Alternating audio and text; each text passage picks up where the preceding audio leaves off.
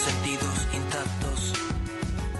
Seguimos con 5 sentidos y vamos a hablar ahora sobre la inflación. Porque ¿cuántas veces les pasó decir, bueno, la inflación tiene este número, pero yo voy al supermercado y a mí las cuentas no me dan igual, esto me parece que está peor, acá no lo siento tanto?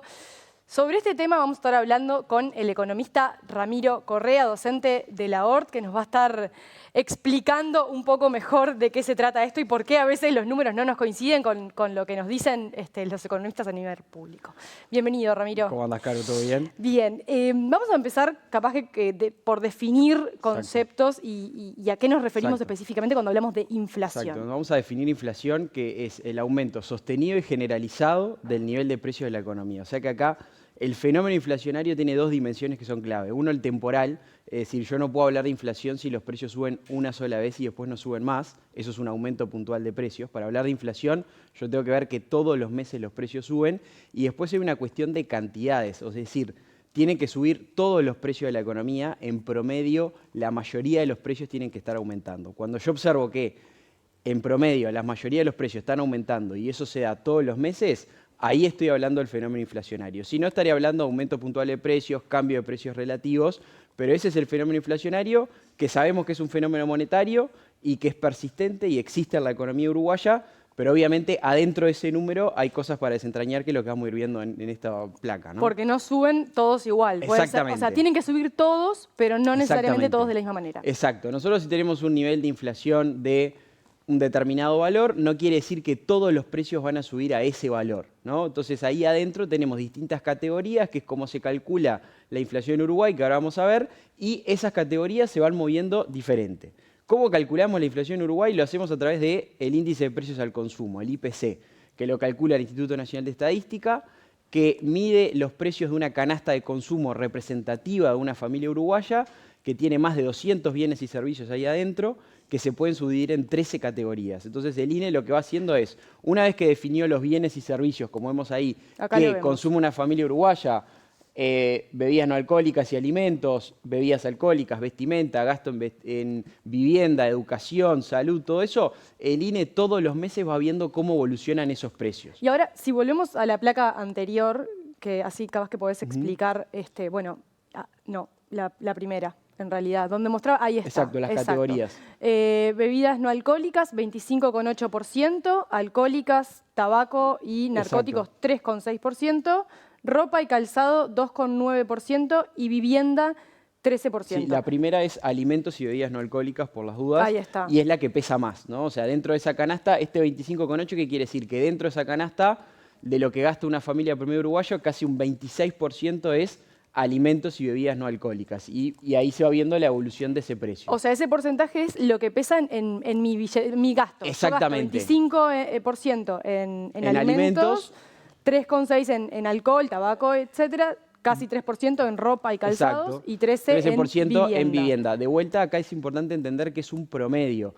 Cada familia gastará un poco más, un poco menos en alimentos. Es justamente una canasta representativa, una familia promedio de Uruguay, ¿no? Que está bien calibrado, bien medido y que funciona.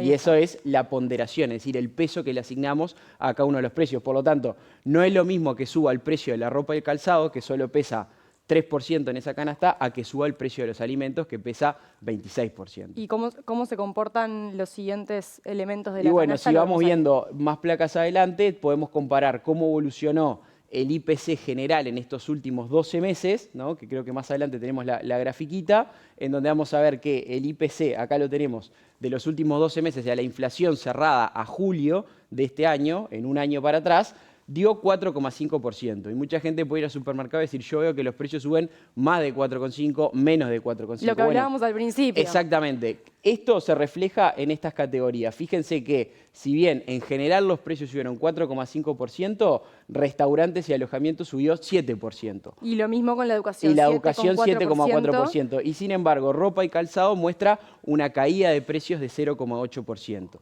¿no? Entonces, si nosotros tomamos cada uno de esos valorcitos y le aplicamos lo que pesa en la canasta del IPC, llegamos a ese 4,5%. Cuando refiere a educación, ¿en qué se traduce ese 7 por 4%? Estamos viendo todos los gastos vinculados a educación, desde lo que puede ser una educación privada, es decir, las cuotas de un colegio, los gastos vinculados a la educación, materiales que tengo que para los hijos a la escuela, liceo, lo que fuera.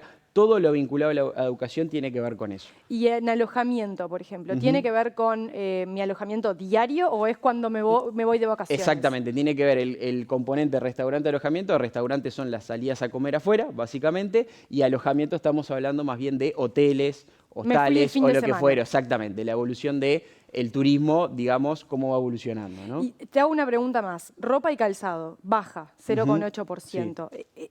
¿Cómo se explica esa Bueno, baja? lo que quiere decir es que en estos últimos 12 meses, todos los componentes de ropa y calzado, que además adentro hay millones de distintos tipos de ropa, calzado, lo que fuera, en promedio bajaron 0,8%. ¿Bajaron los precios o bajó el consumo? Los precios. Los precios. Acá siempre estamos viendo la evolución de los precios, ¿no? Entonces, está. eso es lo que significa. De vuelta, uno puede decir, pero yo la camisa que compré hace un año, hoy está más cara. Sí, pero quizás hay otros bienes de vestimenta que están más baratos y en ese promedio nos da esta caída del 0,8%. Ahí está. ¿Y supermercado dónde está?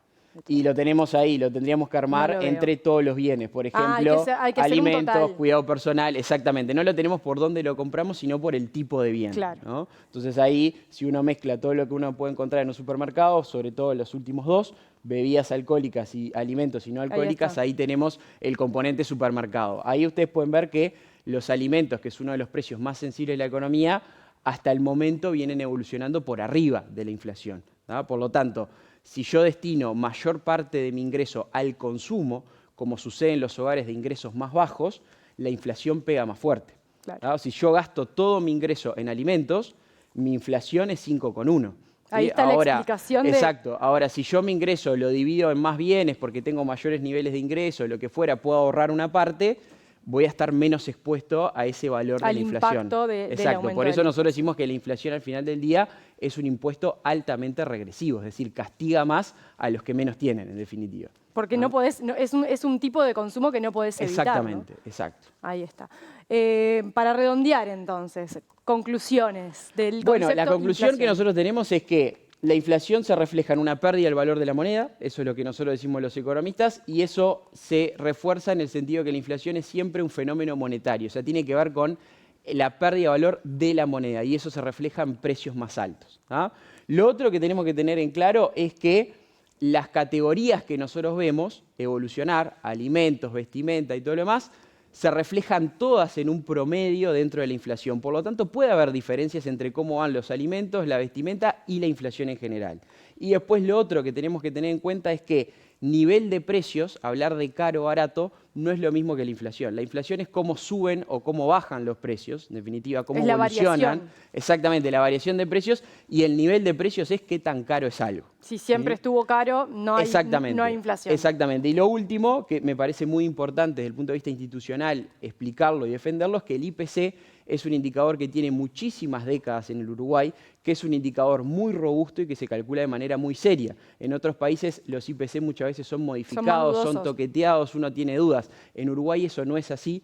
Todos confiamos en el valor del IPC, aunque puedan haber estas diferencias de percepción que obviamente son naturales, y lo explicamos un poco en lo que estuvimos viendo. Que tiene que ver más con la plata que nosotros contamos en nuestro bolsillo que con el dato en sí. O sea, a veces no coincide con nuestra percepción, no coincide, pero no tiene que ver con el dato. Exactamente. Ahí está. Bueno, Ramiro Correa, economista, muchísimas gracias por esta columna.